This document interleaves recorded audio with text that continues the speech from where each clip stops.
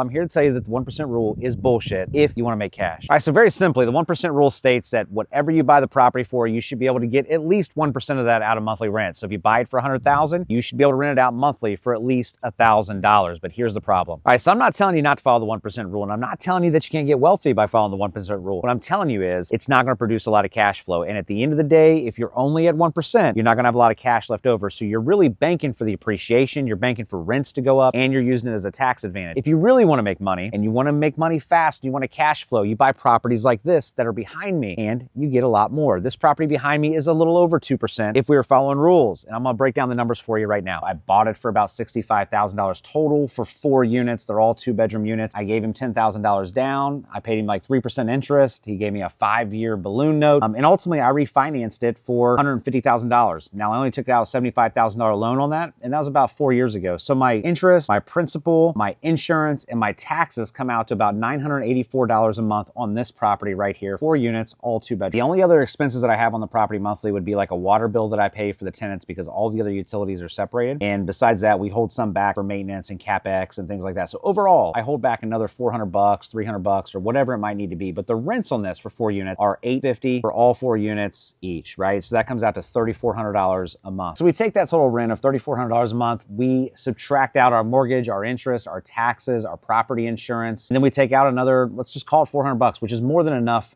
every single month for the other bills. That leaves us with a little over $2,000 a month. Divide that by 4 units. That means that we're getting about $500 per door in this building, which those numbers are incredible. And you don't normally get that. See, real estate is a long-term game, and you don't usually make a lot of money up front on these hold properties.